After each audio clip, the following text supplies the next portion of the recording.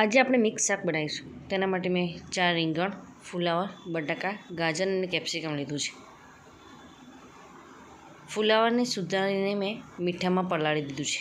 પછી રીંગણ, બટાકા, ટામેટાં, કેપ્સિકમ અને ગાજર સુધારવું.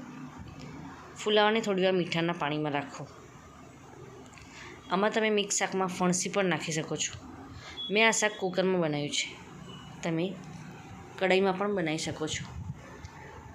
પછી તેલ મૂકીને તેમાં લસણના કટકા, રાઈ, જીરું, હિંગ, હળદર. મેં હિંગ અને હળદર શાકમાં સાથે જ નાખું છું, એટલે શાકનો કલર સરસ આવે. પછી કેપ્સિકમ, ટામેટાં, એ બધું, રીંગણ, ગાજર બધું નાખી દેવું. ફુલાવરને પાછું બરાબર ધોઈને તેમાં નાખો, કારણ કે ફુલાવરમાં જે જીવાત હોય એટલે એને મીઠામાં પાણીમાં સાફ કરીને નાખો.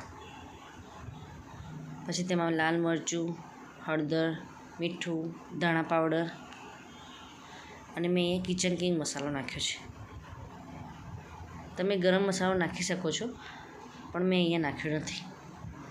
હવે કુકરમાં 2 સીટી વગાડીને